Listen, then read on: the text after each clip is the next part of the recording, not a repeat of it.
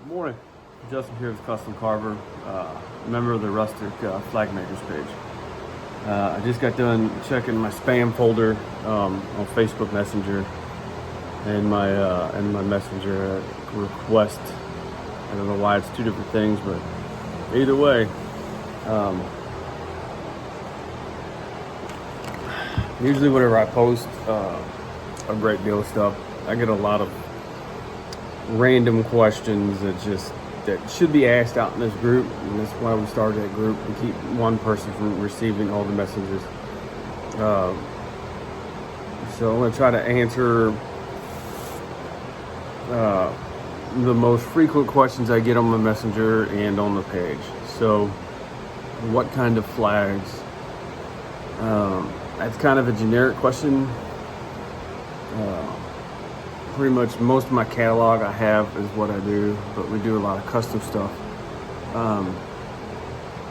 So, we do anything from a pocket-sized flag that's like 3 1/4 by 6, all the way up to 8 foot or whatever the people want to play with. I try not to do, or a book. I try not to book too many bigger flags. Or even big projects, because they take up a lot of room in a shop. I am out of a 3-car garage, but one of the bays is almost taken up with my table saw. And the table saw is a 36-inch cabinet saw from SawStop, and that thing has a big footprint. So there are things I can do to make my shop more organized, and I plan on doing that in the future. But as of right now, it's not like that. We moved in last year, and we were busy. I thought with the COVID stuff I was going to get into it, but yeah, that didn't happen. So my flags, I do, the clocks, the key holders, the cutouts, we do, the flags, and then I've got all my different styles that, our original styles with, our colors we do. We do some similar that other people do, but we kind of make it our own just to make it our stuff. How do I price? So your prices are going to vary where you sell them at. If you're just online, you're going to do an online pricing. But if you're on Etsy with a shared market, now what I mean by shared market is when somebody finds your shop and they go look at your stuff, Etsy's going to be real nice and show them your competitors right below you. So you need, sorry, I'm getting messages left and right here. So you're going to need to investigate your market, where you're selling at. I mean, I can't tell you what to price your stuff. You're going to have to value your own work, and you're going to have to be real with yourself of what your work is worth. Don't try to get too cheap. I mean, do your thorough investigation of what your market is. Compare your work. I've always valued carved items over vinyl or paint. It's just me. Maybe you think that vinyl is better. That's just you. That's your opinion, and whatever your opinion is your opinion, and it doesn't make it right or wrong. That's just the way I value it.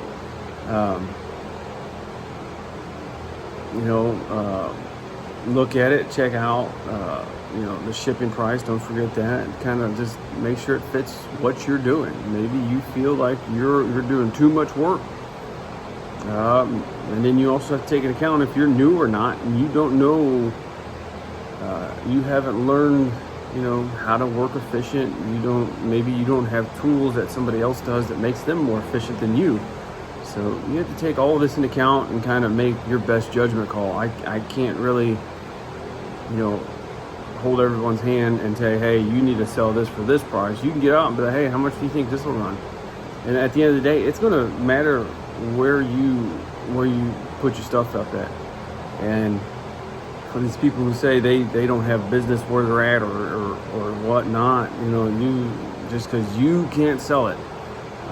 These people are, if they're interested, they're interested, and sometimes if they're not, they're not. I mean, sometimes maybe you're doing a poor job of marketing, and you're thinking it's because nobody wants to buy anything. Nobody just, is going to look at it. How to generate sales. That kind of goes along with what I was just talking about. you're gonna have to market and brand your work so you can, if you're starting out or if you're wanting to like kind of restart your business, you know, start out and find you a local charity. We started making flags because I happened across a local officer that was shot, and you know, I ran across his funeral procession. It kind of just motivated me, and along with having buddies and coming home from the war with PTS, we decided we wanted to donate money. Our original charities were Backstoppers, who we still donate to, and Wounded Warrior. Back then, Wounded Warrior wasn't really doing what they're supposed to. From what I understand now, Wounded Warrior is doing some good things, is better things than what they were doing. They restarted. But now we donate to All Secure Foundation, Backstoppers, and another local, Hero 101, which I have his shirt on now. So start out, find you a charity if that's what your passion is, or if you're just in it for the business. Donate to some local first responders. We donated to our local fire department, sheriff's department, police department, and EMS. These, you know, I don't think I've ever sold a white line flag. We haven't, but I still donated. Those paramedics, they're still first responders. They still go through trauma. They still have PTS, and they deserve that flag. I have sold to some paramedics though, so I mean, you know, you got to think of everybody, you know, and you know, have it in your heart that you want to help everybody. That, you know, that's your business motto. Because I mean, the market is so saturated that, you know, if you're not doing this for the right reasons, and people are going to look at your work, compare it to somebody else, and we've actually replaced other people's flags because they thought that work was subpar and saw our work and was just like, you know what, why are we looking at this ugly thing when this thing here is, you know, so always try to do better. How to generate sales, how to start out, that's kind of just what I just answered there. Where do I get my boxes? The place is called Custom Made Boxes or something like that, Kim Weir. If you go on the flag page, I actually have her email listed a couple times. Where do I get my locks? I get my locks from lockconnection.net, Jeff Walker. So actually now I get my hinges, my locks, my struts, LED lights. Here in the future, Jeff said he's going to get some foam by end of the year. Excuse me. So he should be able to take care of a lot of things, and gun magnets. If you use gun magnets, he's going to get those. But Jeff's got a lot. They're always expanding. I like him as a supplier because he's always trying to get more and do more for people, and he's, you know, he ain't afraid to say, hey, this is what I'm getting in the future. Be on the lookout. And he ships it rather quickly to me, or he's rather honest about his inventory, which I've only had one time where he didn't have it, all of it, and then let me know, hey, this is available here if you want to order more. So, other than that, one more tip. A couple people just starting out, maybe you ain't got a CNC machine and you're wanting to do these cutouts. So it's fairly easy to do these cutouts. You can go to Office Max, Home Depot, or even somebody with a vinyl cutter, and you can blow these those images up and make you a stencil.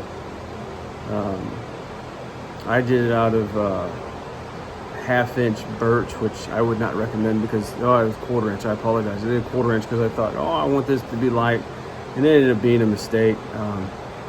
If you're going to make a stencil doing these Batmans or Punishers or Supermans or whatever, you're going to have to make sure this is good plywood at a minimum, at a very minimum, and expect it to deflect a little bit or warp or cup or whatever is 1/2-inch birch.